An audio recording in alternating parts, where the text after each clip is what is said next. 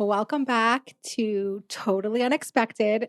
I'm your host, Chavie Brooke, and I'm, of course, as always, excited to introduce my guest.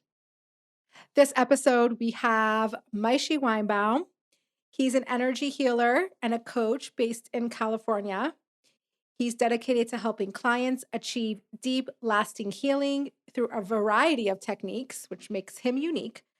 Moshe guides clients to increase self-awareness, release limitations, and discover a path to true rehabilitation. With a focus on holistic transformation, he supports each person's unique journey toward health, balance, and well-being. Okay, guys, I can tell you firsthand that this is true. I was very fortunate to be a client of Moshe, and he has helped my healing journey in a very significant way, which is, of course, why I want to share him with all of you. I know if you guys are longtime followers, you will have heard his name. I have done a few lives with him, but this is on a different level podcast. We just get to go even deeper into everything. So I really hope you enjoy. I hope you learn something. I know this is a subject that not everybody relates to or wants to relate to, but just be open-minded, listen, and you never know. You might come away with something really powerful. This episode does not have a sponsor because I was busy traveling in Israel and in New York, and it just fell by the wayside. So I'm taking this opportunity to remind you that sponsorships are welcome. I would love to work with and collaborate with brands that align, or if you even just want to dedicate this episode in honor of somebody, that would be amazing. So you know where to contact me. You can Instagram me, you can message me, and you can also email me, chaviebrook@gmail.com. CHAVIEBRUK Would love to hear from you.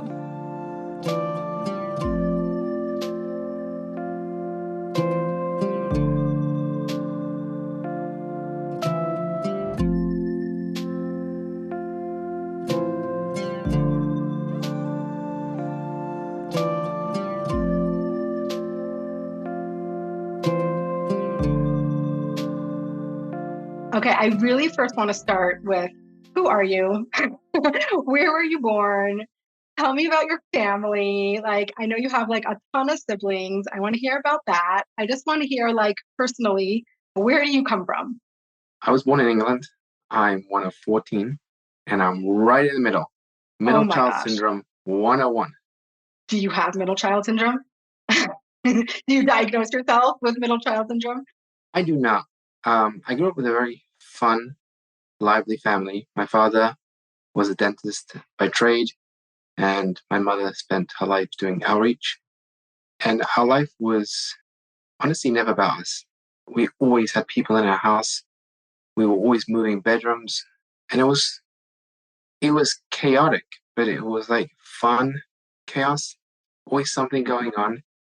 And I've come to the realization, now having my own kids, the more you can actually make life not about you, there's so much benefit to that because you suddenly realize, hey, you don't get caught up in your own world.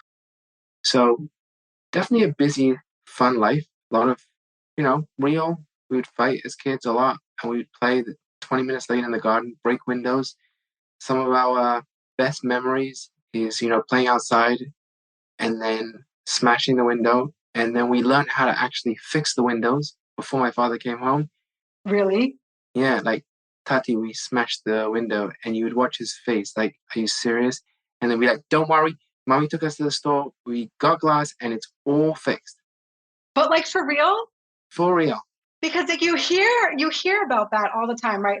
Love and logic parenting, right? Is the natural consequence is fixing the thing that you broke, or if you can't fix it, paying for the thing that you broke. And I always wondered, does that actually happen in real life? Do people actually do that?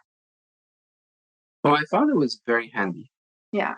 He would do a lot of things, painting and fixing around the house.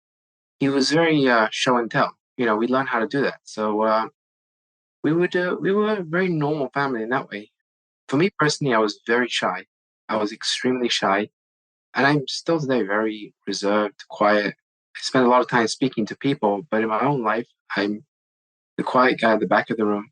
And I would avoid crowds. I would avoid people, avoid going to camp.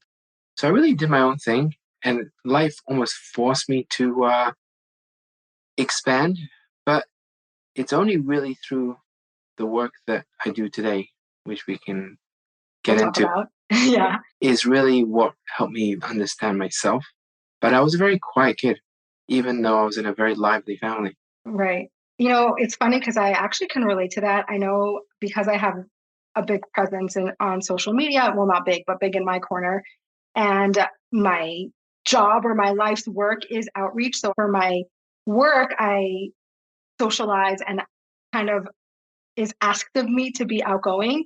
But in nature, like I really relate to that. I'm also on the quiet side. And if there's a big crowd in the room, I'm going to be in the back of that room, like kind of keeping to myself, finding one or two people to talk to. And when I tell people like I'm an introvert, no one believes me. They're like, what are you talking about? But I'm like, but really I am. And I think if you see me in real life, like if someone comes over to me and says hello and talks to me, I have no issue saying hi. But in real life, like I'm not the life of the party. I'm not the one in the center of the room. Like I actually get really overwhelmed in like crowds and parties and big environments because I'm just like I'm quiet. I don't know if I would call myself shy, but I'm definitely more reserved and quiet in a bigger environment. So I get it. But it's funny because people they don't doesn't match with what they see because when you're on camera, like it seems like you're so outgoing, but I'm talking to my camera. Like it's very Right, easy to do that. right. So I was definitely shy, debilitatingly shy. I would sit on a plane and rather not ask the flight attendant for a drink than have to bother somebody. So that's where a big family comes in. I have a lot of siblings and I asked my brother to be my spokesman. Um, but Yeah. Do you have a lot of outgoing siblings? I do. Yeah. Are you one of the only shy, quiet ones, or I'm definitely there's a few of us that are definitely on more on the reserved, shy or quiet side. yeah? Fewer than more. I definitely check that box. Okay. And then through your work, which is energy work, which we're going to talk about, you kind of peeled away some of those layers and uncovered like who you are, like what did you discover through your work? So as I evolved and went through life, went through the yeshiva system, I felt somewhat trapped because you can feel it. You when someone's looking at you. Even today, I have a really hard time looking at people in the eye, and I'm not on the spectrum, and it's not even from a shyness perspective anymore. It's like I can really feel that energy. People don't realize the eyes are so powerful. And if I'm talking to somebody, I'm going to say to myself the whole time, look in their eyes, look in their eyes. But it's actually really difficult. It's much easier for me to just to look down on the floor or look elsewhere. And I know sometimes people can think that like, what's up? Hello. Yeah. It's actually really personal, intimate to look into somebody's eyes. Yeah. Feels really intense. So as I've gone through life, went through the yeshiva system, suddenly this shyness turned into anxiety. Oh, It turned into anxiety through physical symptoms. So I struggled with IBS and I struggled with reflux and just chronic fatigue and fibromyalgia. And I didn't realize what was going on. I just knew I was going to doctors. I was uncomfortable. I was doing this test, that test. And I was just evolving through a revolving door of, I don't feel good. And then we had three beautiful kids. The oldest was 4, 3, and 1. And then 2012, my life took a complete turn. It was January 2012, out of the blue. My wife came home. She was a preschool teacher. And she said, I'm not feeling well. And she went to lie down. And the baby was sleeping in the room. And I walked into the room because the baby was crying. And I found out having a seizure. called 911. Within 2 hours, they diagnosed her with a brain tumor. And then life is like upside down. life was upside down for a long time. And life has been a journey since, really learning to understand what's really going on. That's how I led me to the journey I am today. Okay, so I have so many questions, but the first thing I want to go back to what you said in the beginning, like looking into somebody's eyes and how uncomfortable that is. I feel like it's because you're so in tune and you can feel the energy. I think a lot of people have no problem with that because they're not as in tune to themselves or the people around them.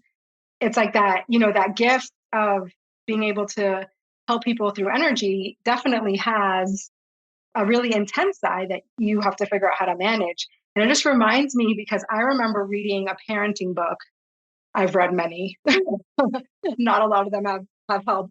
But, one line of a book will always stick with me. And I remember reading, like, when you talk to your kids and you're like, look at me in the eye, right? Like, don't force your kids to look at you in the eye because a lot of kids who are struggling with behavioral issues can't do that. And it makes them very uncomfortable. And it's a lot of pressure when you tell a kid, look at me in the eyes, and then it actually derails them instead of like maybe another cue could be, can you hear me? Are you listening?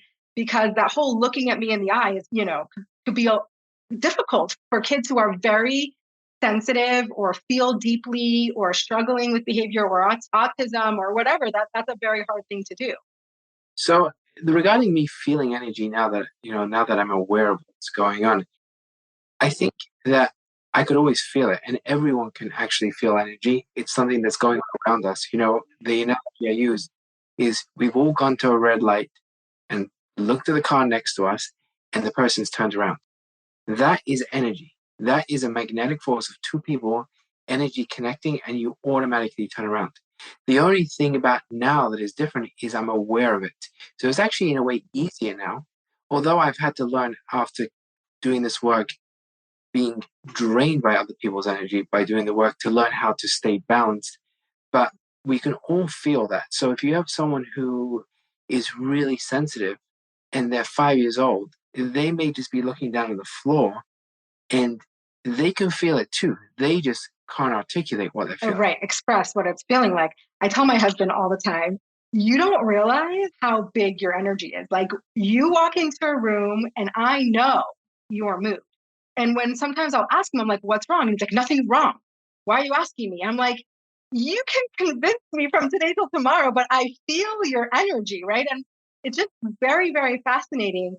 I have a lot of questions about that. But first, let's go back to your story for a second. So your wife is diagnosed with a brain tumor. Take us from there. It happened really fast. I remember, the next morning she's in hospital and a neurologist comes into the room and the scans are on the screen above her bed and he's pointing to the screen and he's like, yeah, we're not sure if it's an astrocytoma or glioma. We're, going to have to do further testing to see. And at this point, I don't know what you've told me. I'll just, say that if I use words, whether I'm using Hebrew words, whatever it is, feel free to translate because this was actually a really light bulb moment for me. Okay. I'm in a room with a doctor and he's using medical terminology. They don't use brain tumor. There's a lesion, which we're not sure if it's a astrocytoma or glioma. There's no words. You have no idea what you're saying. What they're saying. Absolutely. And then he turns around and he says to me, by the way, your wife won't be able to drive for at least 6 months. And that hit me like a ton of bricks because my adrenaline has been going for the last 12 hours or so.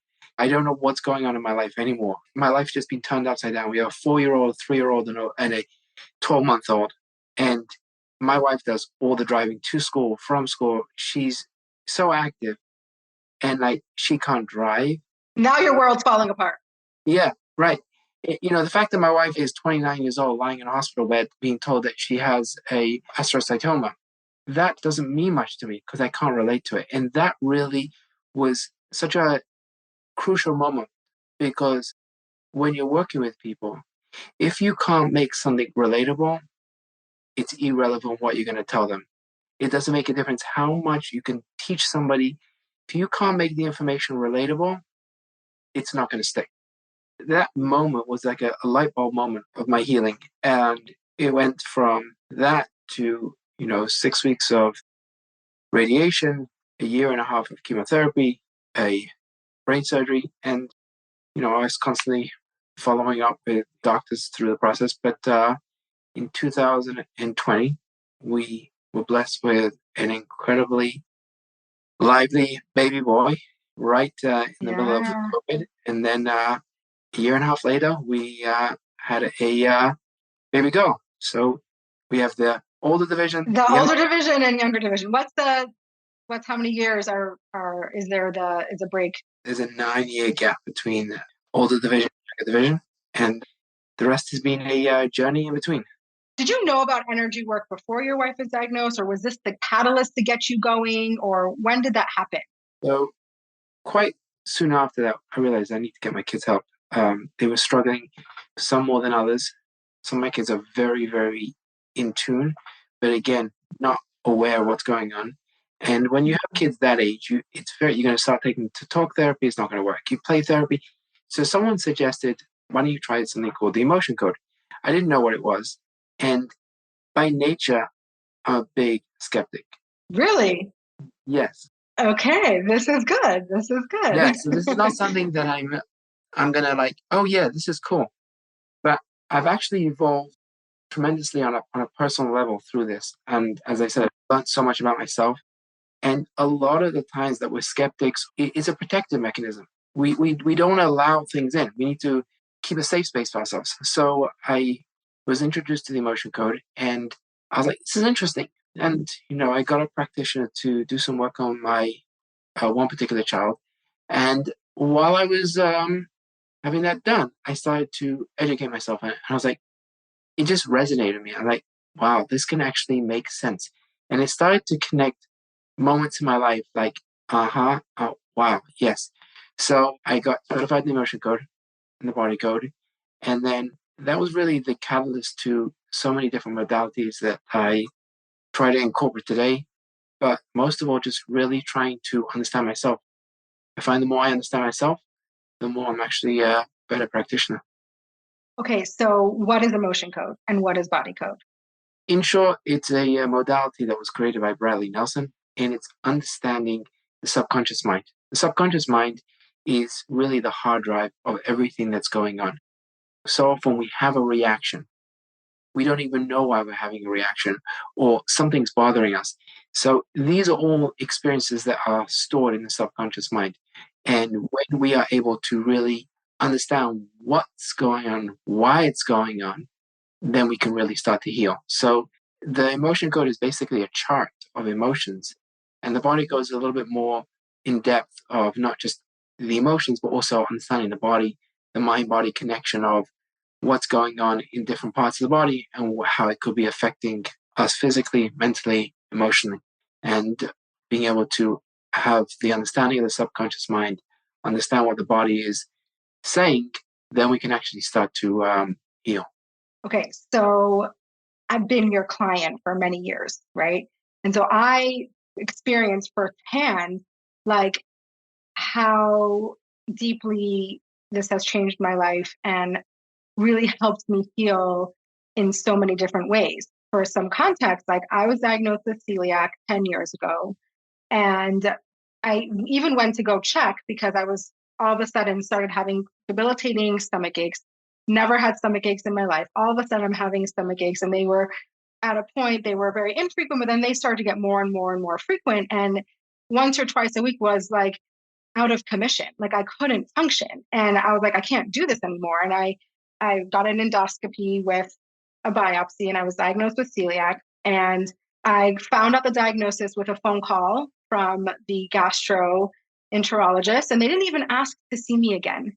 They were just like, okay, you were diagnosed with celiac. Stay off of gluten. You'll be fine.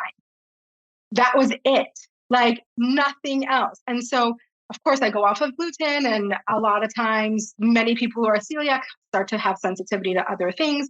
And I went off of dairy, and then I found that like would feel relief for a few months, and then all my symptoms would come back. And this trajectory was like I kept on eliminating more and more and more foods till I really couldn't eat very much. Every time I eliminated a food, I would get relief. And then a few weeks or a few months later, all the symptoms would come back. And I literally tried so many different things and so many different like supplements. And I tend to lean natural to begin with. So I just was doing everything that I could think of to do. And I'm friends with your sister. Shout out to Mushki. And she's the one she's like, you need to talk to my brother. Like, go talk to him.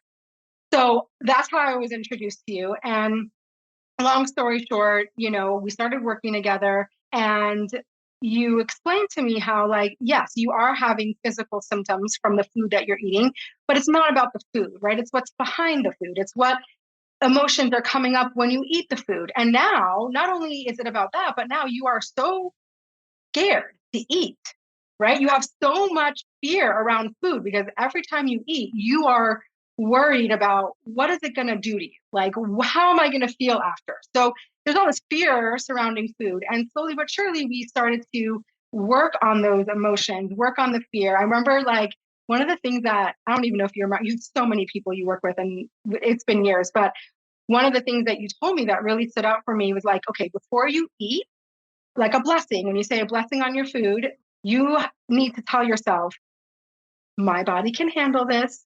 Eat your food. My body knows what to do with it. I will be okay. I will feel good. And it was like a mantra, right? A mantra practice of like showing my body that it is safe to eat. And I remember that really had a huge impact on my healing. And so naturally, because I'm a sharer, I'm an introvert, but I love to share. I'm sharing my experience with family and friends and talking about, all of a sudden I'm eating again and I'm eating food and I'm feeling good. And people ask me, like, what is emotion code? What is energy work? And I can explain it and say, the subconscious and our emotions are tied to our body, and we need to release what's behind the symptom, right? What is causing the symptom and what is building up in your body. But where I get stuck, how do you work with someone over the phone, right? Who's tapping into your subconscious and is helping you release your energy? I don't understand how that works. And honestly, like, I understand that we're all energetic and, if you're in tune, you can connect with someone else's energy, but I don't understand it enough to explain how that works. And eventually I'm like, you know what? I like in my soul of souls and my heart of hearts, I just believe it. Right. And so there is, I think, a component of trusting and faith and belief that this is a real viable thing. But for people who are skeptics, and you were one too, right? Like it makes no sense. And so what do you say to that? Like, how do you share with someone like how you are able to tap into somebody else's subconscious energy and help them release what's stuck? So I think first things first, if someone's listening to what you're saying, they can be like, well, all right, he convinced you there's nothing wrong with you. Right. And right, so it's not really like he cleared anything. The first thing to understand is where it becomes really fascinating is when you work with little kids who have no idea that you're working on them. You can't say now it's a placebo effect, right? Because they have no clue. So what we have to understand is energy is we're so programmed that it's only what we see. We're doing this interview. I'm in California, you're in Montana. We're talking to each other simultaneously. We can see each other, we can hear each other. How does that work? And the honest truth is, most people will say, I don't know, but I know it works. I don't know for sure. Most things in life, that's how it works. Either I won't let go because I need to be in control. So unless you can explain to me where I can really get it, or I don't care because I know it works, right? So that's where you have the two groups of people, the skeptics who, unless you can really explain to me scientifically, now there is a lot of scientific understanding how it works, right? Energy, quantum entanglement, quantum physics, what Einstein called spooky physics, and the idea that energy is not bound by time, space, or places. It's everywhere all at the same time. So we can all, as I used before, the analogy of the looking in the car. How does that work? That's a very, very common thing that people experience. That's energy. you said before about your husband, he walks into the room and he takes up the space. How many times have people walked out of a meeting and they said, "Oh my gosh, I'm exhausted," right? And so many times people are just not in tune. So they say, "Oh my God, I didn't sleep well last night." Really, what happened is you actually got zapped by someone's energy, what that is more powerful than yours, and you just got exhausted by that person's energy. This is happening to all of us all the time. So energy is something that's happening all around us. We can all tap in. How does it work? It's really understanding the energy on a much greater scale, that we are not just this physical entity. We are way bigger than that. And when you understand it, you actually can open up your possibilities of so much going on in your life. So basically, energy is way bigger than what we think it is. And when we can tap into those outlets, we can actually transform, we can heal, and we can really let go. So really, people can do this for themselves if they really want to. 1,000%.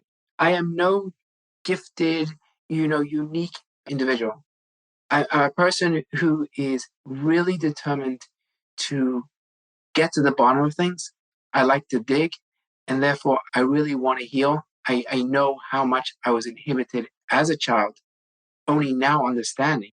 And therefore I'm determined. But it really is something that any person can connect to through obviously a lot of work and determination and commitment. So yeah, I mean it's easier for people than go to the gym. It's easier for certain people to work out. Everyone can work out if they're willing to commit to it. Right. Correct me if I'm wrong, but I do believe that there are people in this world who are more open to like spirituality or energy or like have the gift of sensing things. Like I have this crazy story, and it's a silly story, but it really impacted me because the woman in the community that I grew up in San Antonio, very close family friend. I was at my sister Devorah's wedding. She's the second to youngest, and we were at the breakfast after the wedding, and this woman, really close to our family, came over to me and she's like, Bracha, who's my youngest sister, she's like, Bracha's going to get married this year. I see it. I know it. And it's such a silly thing, but if you take into context, like one of my sisters got married, my youngest sister was totally not interested in getting married. Like, there's nothing on our family, the trajectory always was at least 2 years between weddings. And she's like, she looked at me in the eye, talk about looking in the eyes, and she's like, I'm telling you, I'm 100% sure. And sure enough, 6 months later, she was married. And it all came as a surprise.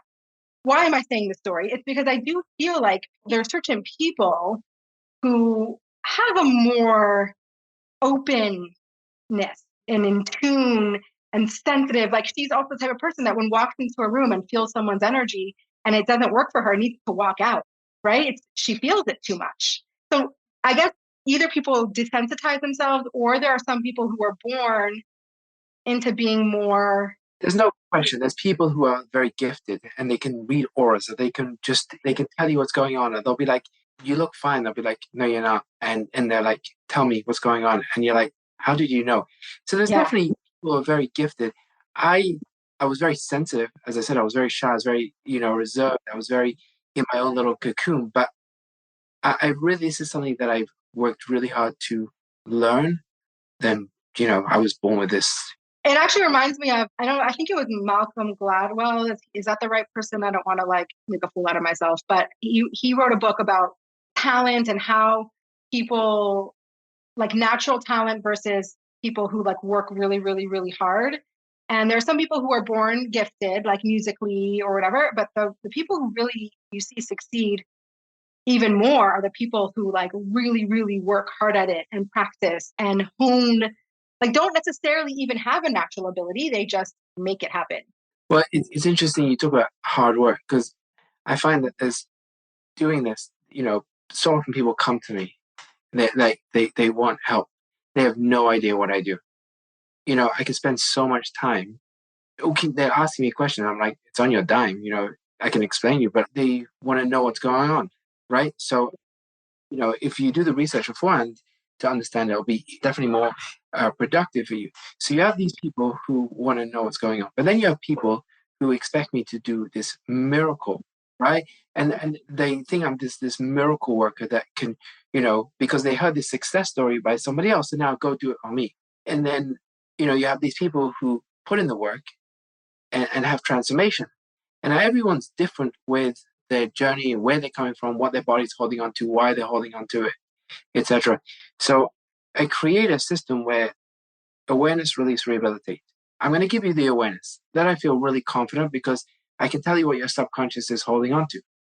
I can actually release stuff through connecting to your subconscious, through understanding your body, and through your body realizing you don't need to hold on to it. But if you don't rehabilitate, if you don't learn to actually reprogram your body, sit in front of that and say, you know Follow what? up. Yeah, my body's safe. My body can do this. I can actually get really excited.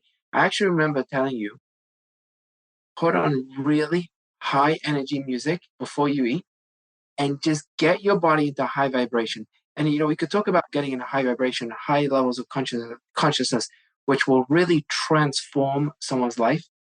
But I think those ideas of that magical response versus hard work. People want a quick fix. Everyone wants a quick fix. And I really relate to that because I actually have never experienced quick transformations. Like it doesn't happen easily for me. Even working with you, even whatever I do, like no miracle stories have happened, no like big, like wow, glaring, like fast turnarounds. Like I had to work really, really, really hard for the change that I experienced. And working with you for so many years, I was able to witness your trajectory of realizing that if I get the people I'm working with involved in the process, like the healing doesn't hold, right? You might feel really good for a little while, and then you found that people were coming back and being like, well, I have the same symptoms, right? And I watched you really fascinatingly do that process, right? Awareness, release, rehabilitate. So awareness, and then you helping your client or whoever it is you're working with release, and then rehabilitate. Like one of the strongest things that I gotten from you is number one, mantras. They're very powerful, and you're very good at helping distill like a single sentence that can really help. It's a narrative shift, right? You need to start telling your brain something different, right? So if you have a narrative in your head and it's keeping you unwell, right? You have to change that narrative, and you have to be willing to literally talk to yourself in the mirror and like every time you're feeling something come up for you, what are you going to tell yourself? What's the narrative that you're going to come up with? One of the most powerful things you told me is, which my body needed so much, was just, this is hard. Recognizing that whatever you're going through is hard without trying to change it, without trying to wish it away, just recognizing that this is hard. And I think a lot of it is we're releasing emotions, but where do the emotions come from? It comes from a narrative, it comes from our mind, right? The more we can train our brain to think a certain way or to send ourselves certain messages, it's really an integral part of healing. So, one thing I was going to say a moment ago is this idea of this magical fix. There's three things that I'm really fascinated by: magic, the animal kingdom, and the military. And they really align over here. This person has no special powers, but you so just let go for that moment to be just mesmerized, and you're shocked because this person has honed a trade and they've done it well enough to trick your mind. And that's what people want. People just want to be mesmerize me and take away my belief system and change it. Then you have people who are more aligned to that animal kingdom. What is the animal kingdom? It's survival of the fittest. But every so often you go on YouTube or you're watching an impala be chased by a cheetah, and it will outrun the cheetah or it will fight back. And it's that determination that you have those people who are not going to go down easy. And even if they're outnumbered or even if the odds are against them, they're going to be that impala who's going to outrun the cheetah or going to be willing to fight back. And then you have the military. And the military is that one that you come in and you have your belief system. Whatever it is, I'm strong, I'm weak, I have no job, so I need a job. And they suddenly they pull back all those layers and they put you through boot camp. And then before you know it, you've completely changed how you see yourself, how you see your surrounding. So when I'm doing a session, if you expect me to do a magic trick, I'm not a magician and I can't. Yes, sometimes people can learn to do an ice bath or do that survival of the fittest, and it will sometimes work. But if you really want to heal, you have to adapt the military mindset of pull back the layers. And when you do that, you're going to come out as a totally different person. It's so true. I think the big difference between when I do a session, and I've had many of these types of sessions where I worked on a kid or worked with somebody and they've had a very, very positive experience. And the funny thing is that very often I get no feedback because they've done the session and they move on. It's actually one time I did a session of somebody and I thought the session went completely wrong because I thought maybe I'd said something because, they went quiet during the session and it was years ago. And that was it. It was like, it was abruptly ended. And I was like, that okay, right, I'm gonna do my best. I'm gonna show up, try my best. Anyway, a while later, she reaches out to me for somebody else in her family. And I'm like, okay, that was surprising. And she said, by the way, I never thanked you. You have no idea. Yeah, no kidding. You never did. She's like, what I came to you for completely went away. But it was so intense as you were releasing it. I was just sobbing. I could not even get a word out. So that's why I ended it abruptly. But I just want to say thank you. So the thing to really understand is it the experience that you're dealing with on a cellular level or is it on a very, very superficial level? If it's on a superficial level, very often just clearing the emotional, the imbalance, or the belief around it, you're going to have, voila, a really, really great experience. If it's on a cellular level, you now need to reprogram your whole, all the way down to the cellular level. And that's when it becomes a lot more tedious. And that can happen even on a little kid. Talk about our daughter was born, the youngest. I remember she was born and the nurse took it to weigh her and she just screamed. She just screamed. And after like 30 seconds, they gave it back to my wife and they were like, we'll come back. And she was really an intense kid. She had a hard time nursing. And my wife took her to a chiropractor like when she was like 7 months old. And they had this device that they go down the spine and they can see what the flow of energy is going through the body. And she was like, what happened to this kid? And my wife's like, nothing. She's just been like this from day one. And she's like, in all my years of being a chiropractor, I've only once experienced this much tension in someone. And it was after a severe car accident. And we don't know our journey, our past lives. Obviously, I don't do that when I'm doing energy work, but there's a lot coming into play. Yeah, absolutely. And as a practitioner, I'm gonna pull back the layers that are in front of me. And if the person is actually really open to that, you can have an incredible, incredible experience. And I'll just tell you something that happened today. So often when I'm doing a session, I really try to engage, which is what you were just saying, really and try and engage the client. So I'm not going to just go pull out like a Jenga block from you and be like, oh, you have an emotion of anger, right? I'm going to take you on that journey. So this person's coming in and they're telling me that they're dealing with this issue. And I'm like, okay, let's work on this together. And, telling them, just tell me where that feels in your body as I'm removing an emotion, and I'm like, you have an imprisoned heart. And they were like, what? I was like, yeah. And how old, where do you feel that in your body right now? And they were like, right in my center of my chest. I said, and what age is coming to you? And they're like, 16. And I'm like, interesting, because what you're coming here for is something that's going on officially in your life right now, right? But you're not 16. You're way past 16. So we have to realize that there's a chain link experience that the body's going through, and the body's going to store it. And unless you're going to teach the body how to let go of it, the body's going to hold on to it until you give it permission. And if you suppress the emotions, guaranteed, it will come at one of five ways: anxiety, depression, anger, chronic pain, or addiction. Guaranteed minimum of one of those. And once you actually give yourself the permission, the understanding, the awareness, the release, the rehabilitate, you can have life changing experiences. So that's basically how I've tried to go about my own life. I've seen tremendous transformation for myself.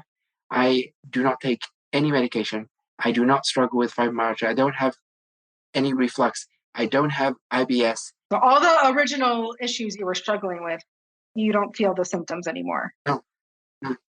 Wow. Okay. Are there people that you can't work with? Like, let's say somebody comes to you and wants to work with you, but you can't tap in. I remember you telling me with one of my kids, like, this doesn't happen to me often, but I say, can I tap in? And their subconscious says no. Does that happen? So it doesn't happen very often. Of course, it's going to happen to me and my kids and my family, but like, The nice thing is, I've learned new techniques how to build around that and understand that. But what's really going on is understanding why that would happen. isn't it a fear? It's probably like a fear, right? Oh, absolutely. Fear based. Yeah. Yeah. Yeah. I mean, we have to realize that that's the awareness. When you realize what's going on with you, suddenly you have now a choice to let it go or to turn around and say, hey, I am free from it. I can let go. I'm safe. I mean, I could just tell you story after story for hours of people Yeah. who, what that was going on, what was going on in their life and why it was going on. And they were shocked and they were like, oh, yeah. Like, why do I always turn around and go to, I know it's not good for me, but as soon as I get in the car, I right away seek food. And I just go and get myself something that I know is not good for me.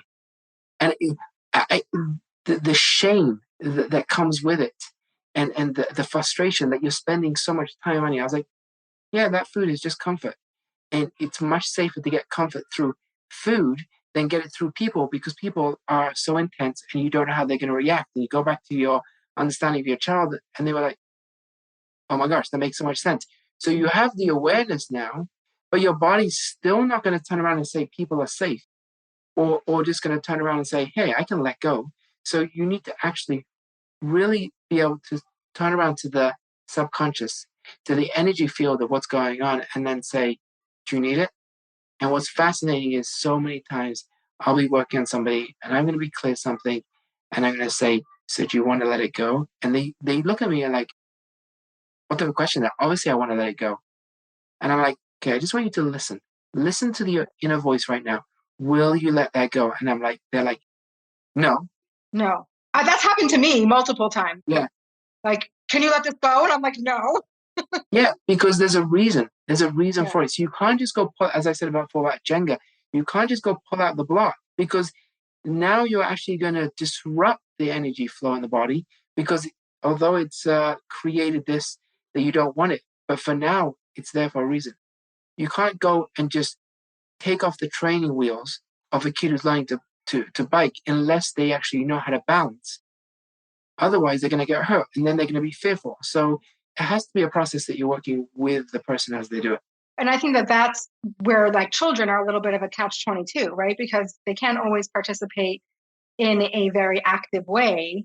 I mean, just for my kids, so my kids are all adopted and they all have that automatically brings a whole many layers to the table of attachment. And we talk about like genetics and history and stories that come along with that. And I find that it's a little bit of a trickier process. Would you agree? Absolutely. So actually, some of the hardest people to work on are kids for me. Because although the energy is actually a lot purer and they obviously want to let go, no kid wants to hold on. But so often it's enmeshed with the parents.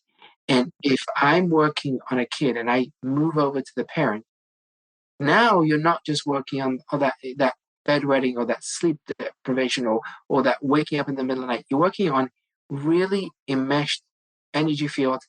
And so often the parents don't want to go there because they didn't come to heal. They came just to fix their kids because they're going to get their healing through having healthy kids. Sometimes it's transformational because you start to work on the mom, and then Some of my biggest healings have come through my children. I would say I can trace back every big healing breakthrough, or even not even healing, but character development and big changes that I've gone through in my life has been through my children, through a child's struggle or through a child pushing my buttons. For me personally, that's how my healing journey has been.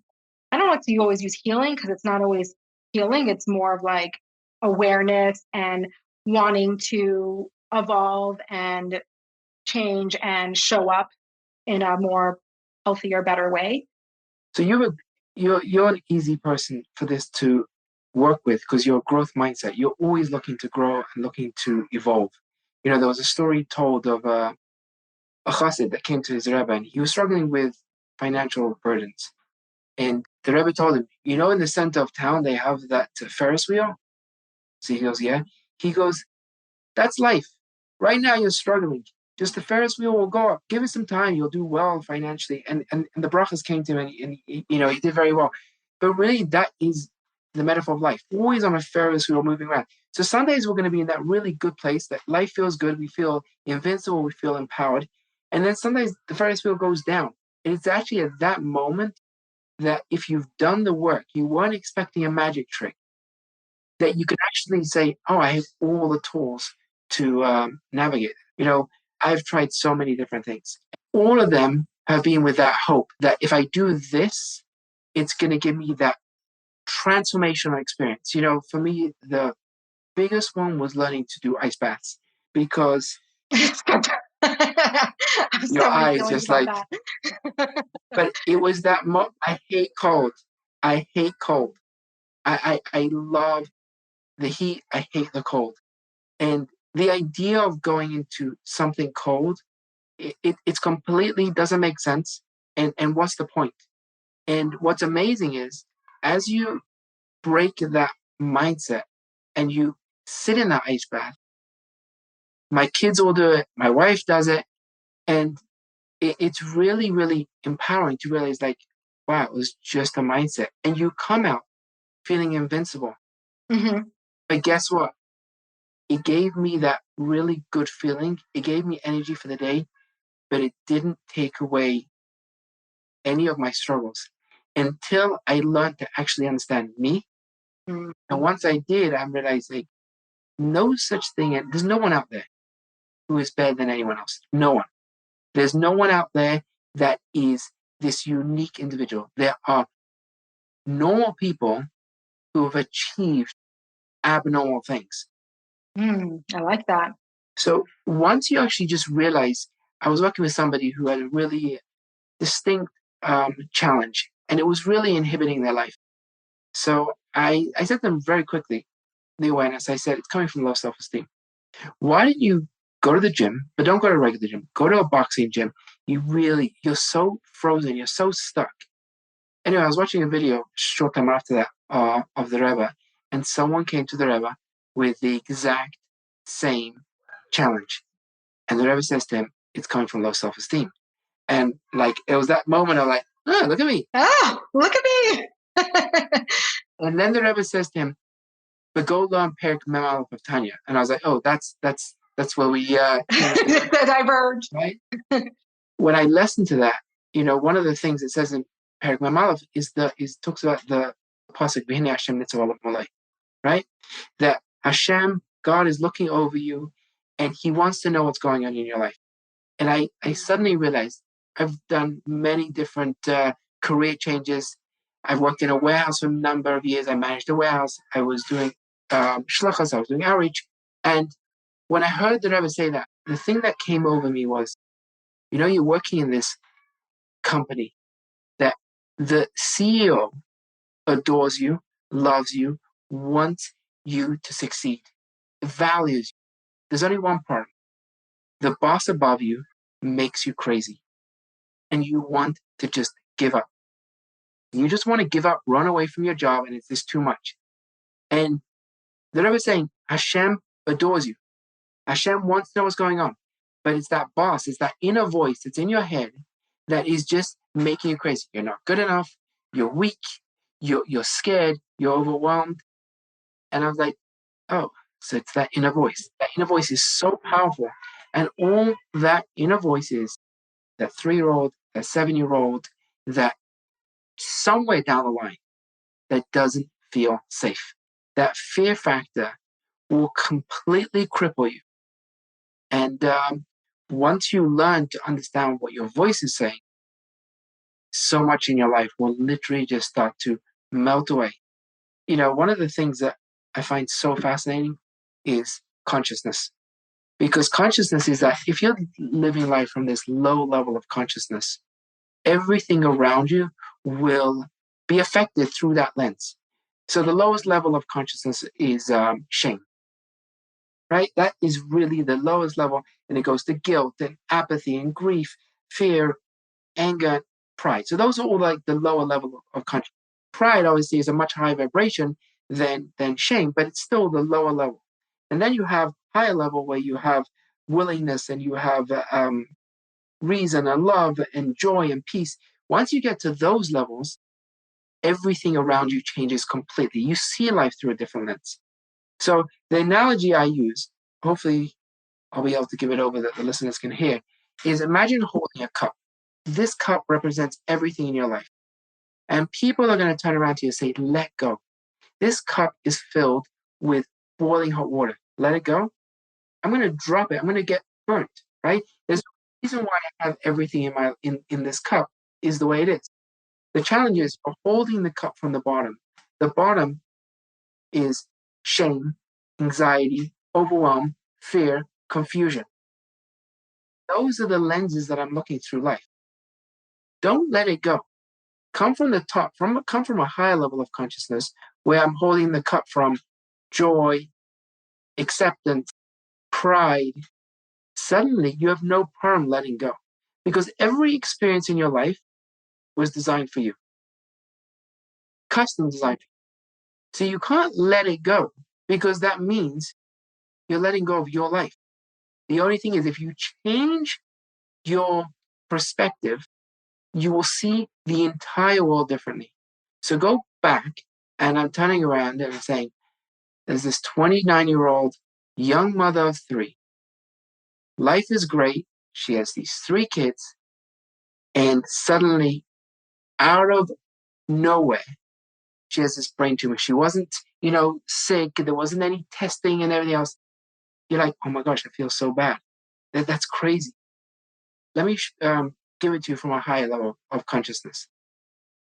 20 minutes before she took a nap, she was driving all the kids home. That means 20 minutes before she had that seizure, she was in a car with all the kids. We lived right by the hospital. The medics were in our house within 3 minutes or less.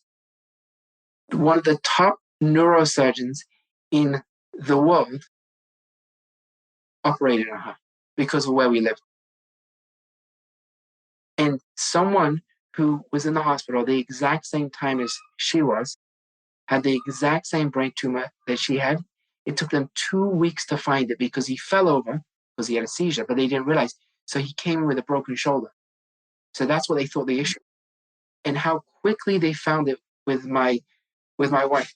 So it's all going to be about what level of consciousness you're going to see life. And if you learn to actually change the levels of consciousness to that higher level, everything around you will change. So the idea that the rich get richer and the poor get poorer energetically happens the same. We all know people that have gone through really tough times, really tragic experiences, and yet no one wants to be their friend. They're what we may say is toxic, or they just take up everyone's energy. And they've gone through so much. The challenge is when you've gone through something really intense, which no one should go through, it's we don't understand it. Suddenly you get stuck in this low vibration. You get stuck in this fear. And then what happens is it starts to take a toll. Anger starts to kick in, and you become numb, apathy. The challenge is we're magnetic beings.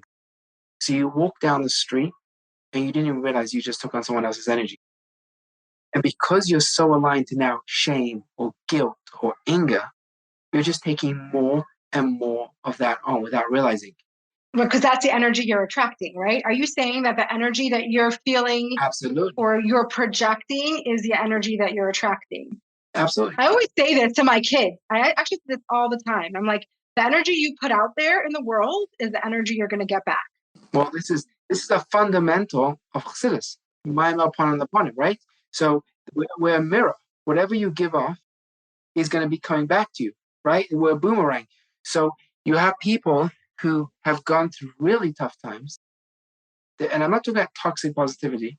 I'm talking about people who have found a way to see struggle as their own journey and saying, you know what, I'm not going to get stuck.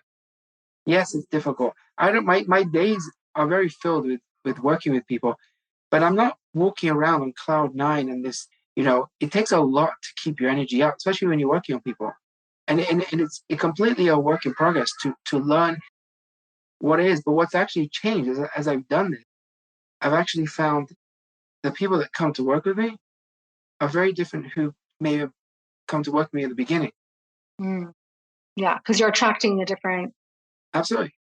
And I think the idea is that once we realize we do control what comes to us, we can suddenly change. I was working with someone earlier who was getting with so much physical pain and so much emotional pain. And I said to him, I'm just going to ask you a question and tell me if what you get. I said, you have room in your life for a healthy relationship. And the inner voice said, no. And that was because they were carrying so much baggage that wasn't theirs. Imagine going to the airport, you see the carousel, and then you just start taking everyone else's suitcases off. None of the clothes over there are going to fit you. I would love, my dream is to do a podcast. It's based on the concept that Baal Shem Tov says, everything in life is a life lesson to serve Hashem. I would love to do a podcast on like every single idea out there, like baseball. Take baseball and just do all the life lessons from baseball. And then do life lessons from the mailman. Hey, that's a great idea. Because what's going to happen is you're going down the road and you see that tractor trailer, that 18-wheeler, and you're like, oh, that's a lesson for Hashem. Imagine a mailman. He comes to deliver your Amazon delivery. Imagine your Amazon delivery only gets paid if the person is home. Oy vey. And you realize he's going to have to call you. I'm not going to be home in 20 minutes, right? Okay, I'm going to come back. He doesn't do that. His job is to deliver the packages. If you're home, great. If you're not, I'm going to leave it there, right?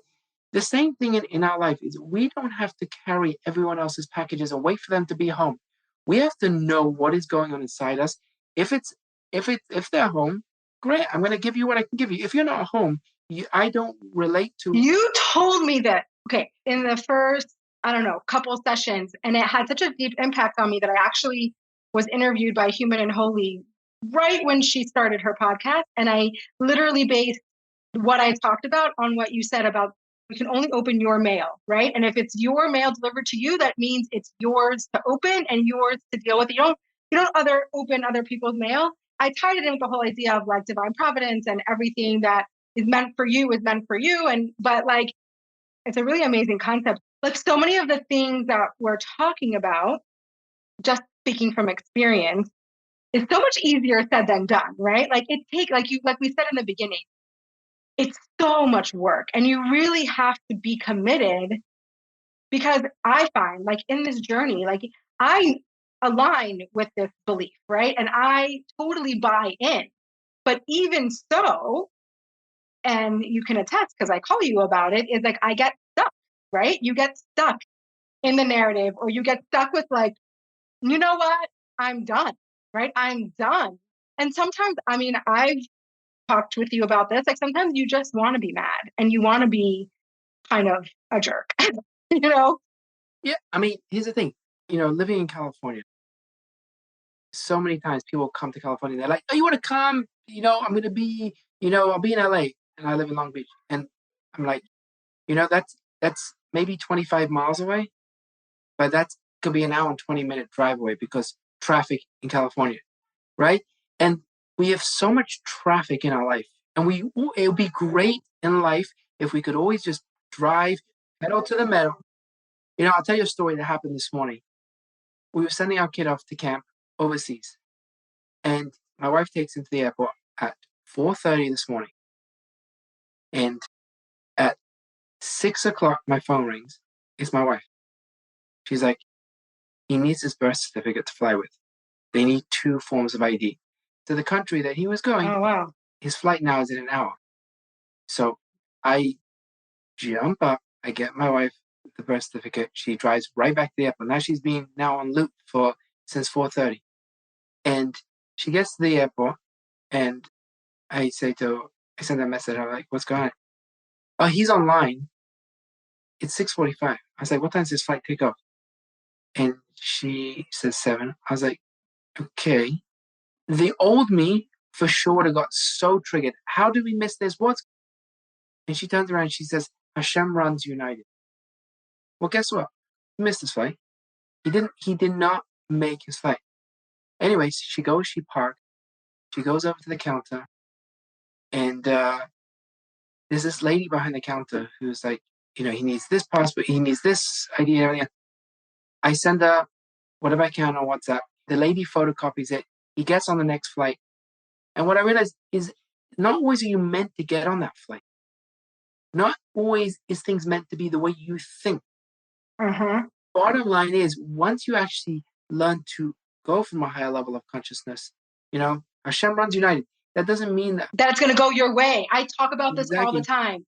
Just because you have faith and you believe, it doesn't mean it's going to go the way that you think it's supposed to go. And I feel like that's a very hard pill for many people to swallow. It's like you think that if I pray hard enough, or if I beg hard enough, or if I am good enough, or if I have enough faith, then it's going to turn out the way you expect. And I've learned that over and over and over again in my life that it doesn't, what I'm trying to say is that it could still be good, but it doesn't mean that it necessarily always feels good to you Well, in the the moment. reason is because we believe we know where we should be going. We have the GPS. We know where we should be going. This is the GPS, right? I've no doubt if the experience with my wife wouldn't have taken place, I would for sure be doing the Prilosec and doing all the medication I was doing, and probably more, because my body would have found another way to get activated. So living the way I'm living now is a dream compared to what it was. And no, not saying everyone should go through that experience that I went Right, through. right, right. But that was your journey. Right, absolutely. And it would be so nice if we could have that, fast track lane that we could drive on the freeway with no Or the traffic. gratification, right? Or the feel good experience that we're looking for, or things always working out in the end, right? Like, I don't know, doesn't always work out. No, but because it's my life, it's my mail, it's my bill to pay. The only question is, what vibration are you going to look at it through? Am I going to look at it through anger, resentment, confusion, loneliness? If it's my life, I have every single key to open up these channels. The only thing is I have to find the key. I have it within me. I just need to make sure I can find it. Having a whole bunch of keys on a key ring doesn't mean that the one you're going to pull out is going to be the one for the door. Sometimes you have Yeah. to work out what is the right key for the door. You have to fumble a little. Yeah. Okay, I have two questions to wrap up with. The first one is, you mentioned before toxic positivity, right? So how do you differentiate what we're talking about here to the toxic positivity where, I guess, from what I understand, is toxic positivity is like you're not really aware with what your body's feeling and how you're doing, and you're just dismissing it and being like, it's fine, it's fine, it's fine, right? Versus really digging deep to understand where your emotions are coming from and then transforming your narrative to a higher vibration. Because people can listen to this and be like, that sounds like toxic positivity. That's like, oh, you're supposed to look at everything in a positive way. Like, how do you differentiate that for people? Toxic positivity, the way I see it, is when your mind is telling you one thing and your body's telling you something else. You have your gut screaming at you, right? Oh my gosh, I can't. And meanwhile, you're turning around and saying, it's going to be amazing, right? And your body's screaming at you. That's where the it's hard comes in, right? Yeah, absolutely. Because you're listening to your body. So I'm gonna use a concept from Torah, is the spies who went to spy out the land, right? They're spying out. They see everything, and they come back and they give a report. There's giants there. There's a lot of struggles we're going to face. You have two other spies who go and spy out the land, and they come back with this glowing report, right? What they didn't see, what the other spies saw.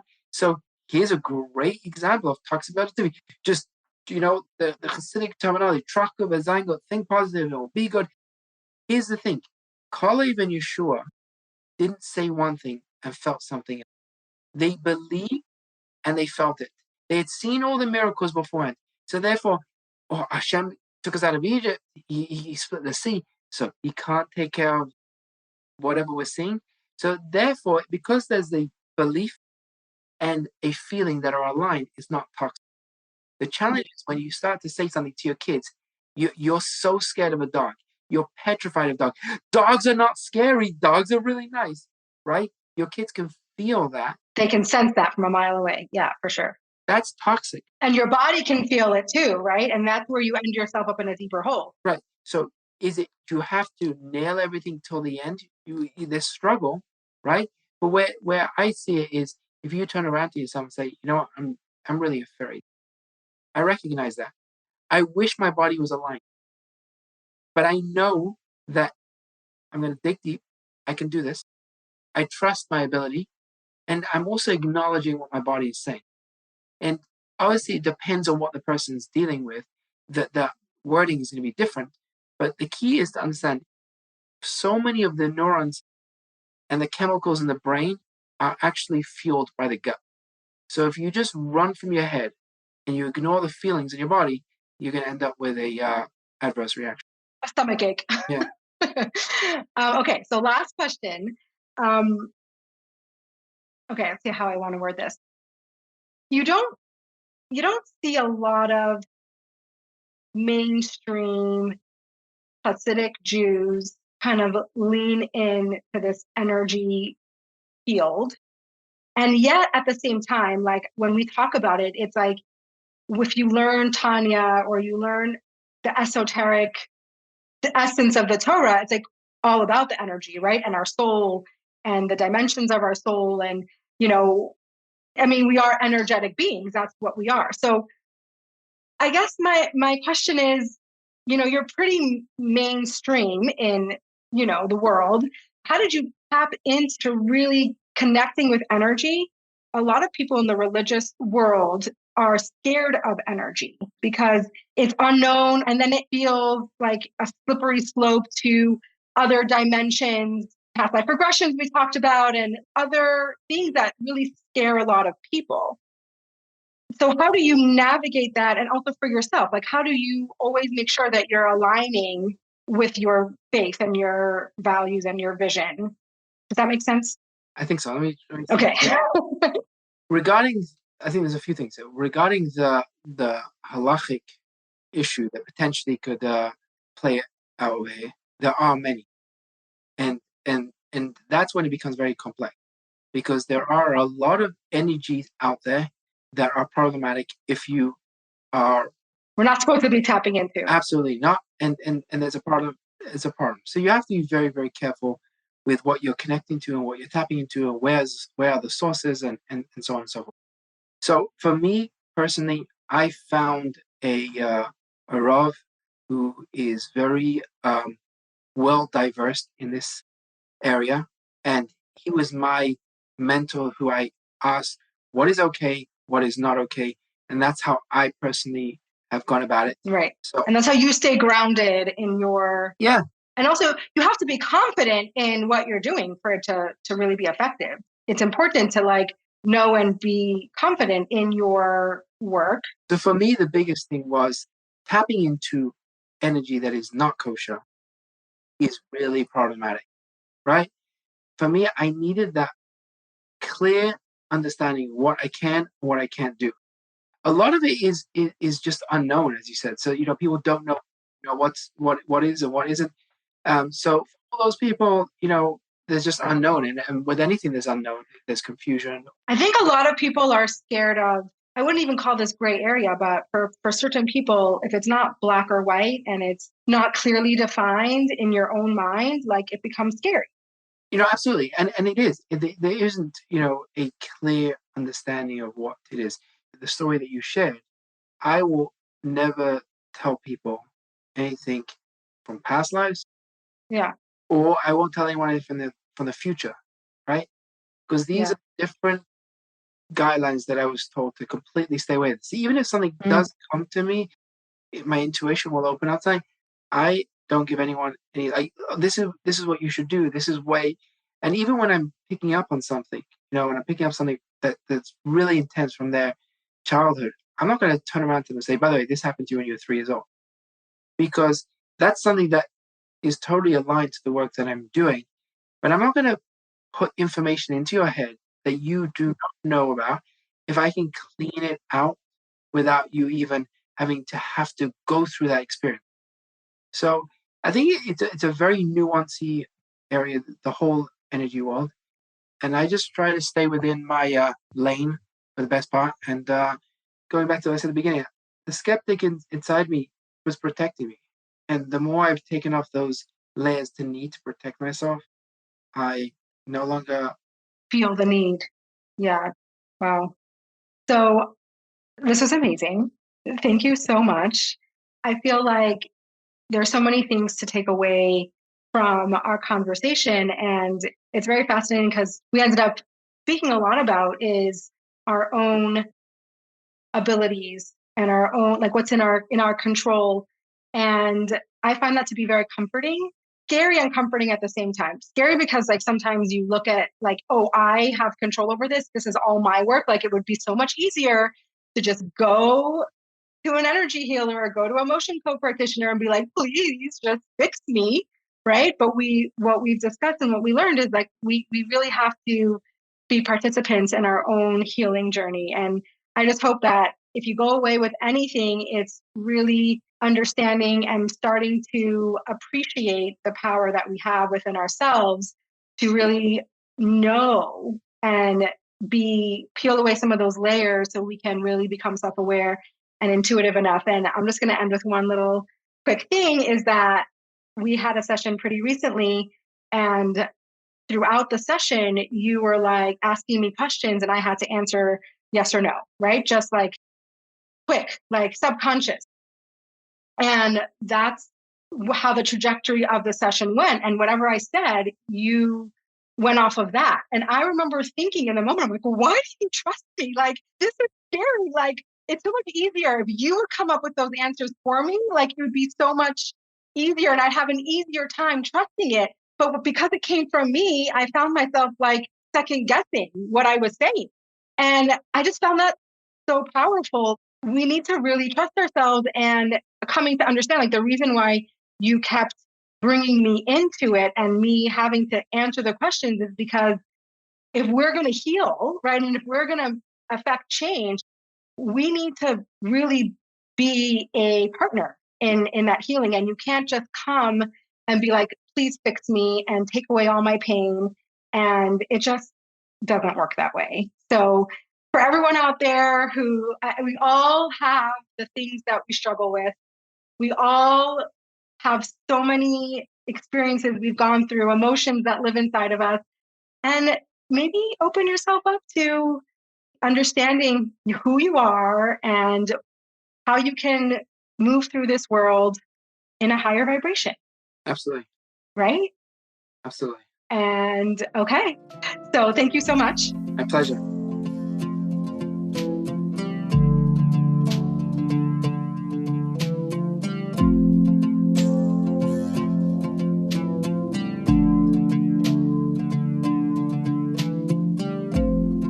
Okay, so I'm sure many of you learned a lot of interesting new information in that episode. I would love to hear your thoughts. Guys, send in your question answers, then I can respond to them on the next podcast. So if there's something that came up for you in this podcast that you want to know more about, or you want to add your own thoughts to, I would obviously love to hear that. I did forget to mention in the intro that the sound quality for this episode is not the best. We had like a few episodes that we were struggling with the sound. So this was one of them. But again, you know this already. We're getting the hang of it and we're getting better and better. So thanks for your patience on that.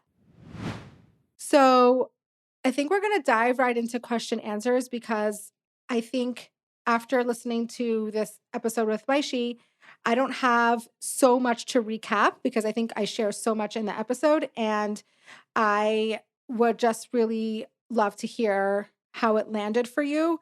And if you learned something new or it helped you become more open minded into something that you were previously not open to. So remember, share feedback. Would love that. Always, always so helpful to share a review and to rate the podcast. It just helps us chug along. So thank you for that. But without further ado, we're going to go into some question and answers. And not surprisingly, a lot of the questions were centered around either the previous episode that I did with Shoshana or my trip to Israel. I think there were a lot of questions about the trip to Israel because I hadn't really done a full recap until I posted my Substack. So a lot of the questions about Israel are answered in that Substack. So go read it, sign up for my Substack. Subscribe. You can choose to give a little sponsorship, or it could be totally free. It's up to you. So that's where you'll get like kind of like the full recap on the Israel trip. But just briefly, I went to Israel for a wedding and I stayed for 2 days, and I really wanted to be super intentional about how I spent my time because I had a very short amount of time, and I really was happy with what I chose to do. I went to Nova, and I speak about my experience in the Substack, and it was very impactful. And I went to the Kotel and I walked around Jerusalem, and I really felt like even though I was there for such a short amount of time, I really did feel like I was there and I was able to tap into the energy, and it really did something for my soul, even though it was so short. So I'm grateful that I got to go, and I can't wait to go back. That's the truth. So for all the details, you know where to go. Regarding questions about Shoshana's podcast, first of all, it was a really vulnerable and brave thing for Shoshana and I to do. So thank you for embracing us and loving us and being our biggest cheerleaders and really accepting this podcast with such love. It really, really means a lot. So I just wanted to say thank you. And there was a few questions that came up that I can briefly address, and then obviously we can always talk about it more at further occasions. So one of the questions was, do you think your experience was different because of adopted versus biological? So was the experience different because Shoshana was adopted versus a biological child? I actually thought about this question, and I kept debating on how to answer it because I wasn't exactly sure. Like, on the one hand, of course, a biological experience is different than an adopted experience, hands down. But on the other hand, no two experiences are the same. So it's hard to answer that kind of question because I think the point is to really hone in on the individual experience and really pay attention to what's going on for your child. And I get the question, and I do think, I don't know, if this particular scenario, I don't know if she's asking if this particular scenario if would be addressed differently, whether my child was adopted versus biological, or is that whole experience in general different? So, yeah, I just think when you are raising children through adoption, it is a completely different foundation. It's apples and oranges.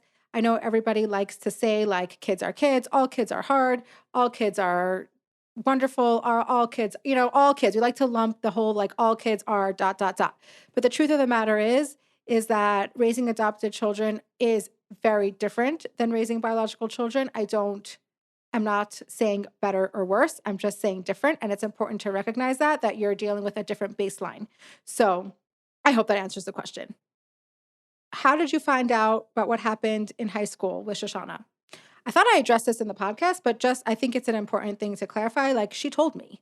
Like, I found out because she told me. So, Baruch Hashem for that. And this question was a really, really, really good question. Were you nervous to send another child to high school after your previous experience? And it's so interesting because I don't know what to say. Like, it didn't even cross my mind, like, to compare the two scenarios. First of all, it was many years ago, different child, different circumstances. I was nervous to send my current child to high school just because you just want them to be happy, you want them to be a good fit. It's hard to let like your child free so young. So those things are hard, but it actually never crossed my mind to be fearful because of my previous experience. I don't know if that's like naive or silly or dumb, or I don't know. It just didn't. It just didn't. So that's my answer to that. And then we have a few short questions that I'm going to answer just because they're great. They're short. Is skiing good in Montana? I can't believe I have to answer this. It's fabulous. Skiing, it's fabulous in Montana. Big Sky Country is amazing. I mean, Big Sky Ski Resort is amazing. And it's actually the biggest ski resort in America. So, really good skiing. The reason why it's not as necessarily popular as some of the resorts in Colorado or Utah is because it's harder to get to. It's hard to find a direct flight, although things are getting better and you're able to find some direct flights at certain times of year. So, yes, the answer is yes. Skiing is fabulous. Someone asked me an interesting question, which is funny because like I'm not a doctor, but I guess it's good timing because after the episode with Moshe Weinbaum, all about healing. But someone asked me, like, I keep getting hives. What do I do? And my answer to that is it's an obvious like histamine response. Your body is reacting to something that it feels allergic to, and it's an inflammation and definitely needs to be addressed. So I don't know how you want to address it. Maybe you want to do a motion code. I don't know. But you need to find out like what is aggravating your system and what is causing it to break out in hives. It could be something physical, it could be a food, it could be like a product, or it could be something emotional or something that you're like holding on to, or it could be both. So, definitely something to take care of. Definitely your body sending you a message that it's not happy.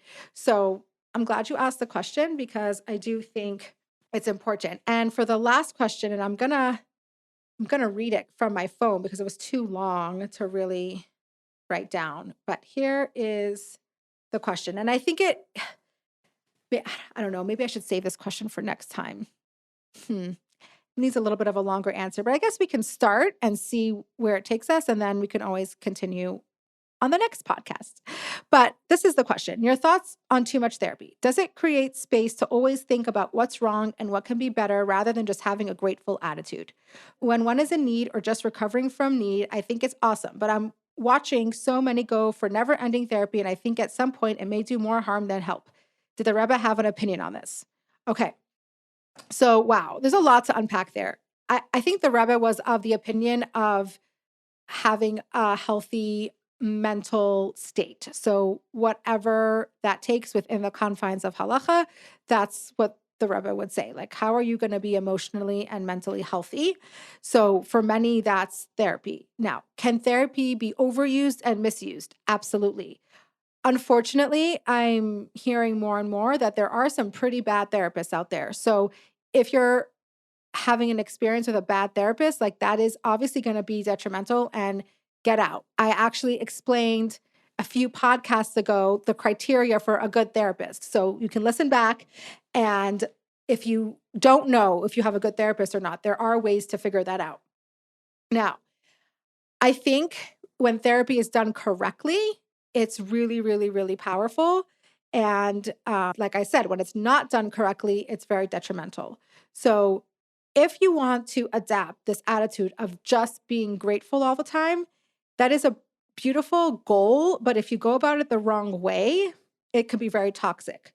So if you try to keep pushing away your feelings that come up for you and you feel shame around some of the hardships and some of the struggles you're having, and you just keep forcing yourself to be grateful, you're going to be a powder keg and you're going to give Moshe Weinbaum a lot of business, So the point is to really address and pay attention and to feel your feelings so that you can then be grateful for what you have. And that is tricky to navigate. And it sometimes takes a long time to figure out how to do that. And I think that's where therapy has really powerful and comes to good use. We are complex beings with complex emotions, and we all have our struggles and our challenges, and we need help. Like we're not in this world alone. We're supposed to have help. So short answer, therapy is an extremely powerful tool when used correctly and when you have the right goal in mind. If your goal of therapy is just to wallow and to vent, okay, great. You have somewhere to vent, but you're not in growth. You're not going to change. You're not going to learn anything. You're not going to be different. But if your goal of therapy is to constantly evolve, constantly have character development, constantly work on how you show up in the world, and your goal is to feel gratitude and your goal is to be happy, you have to realize that you have to pay attention to the feelings that come before that. Once those feelings are paid attention to, that makes space for true gratefulness and true positivity, not the toxic push away other feelings kind. So I hope that answer was helpful. Okay, so this podcast does not come about magically, and I don't do it alone. I have such an amazing team behind me that makes this all happen.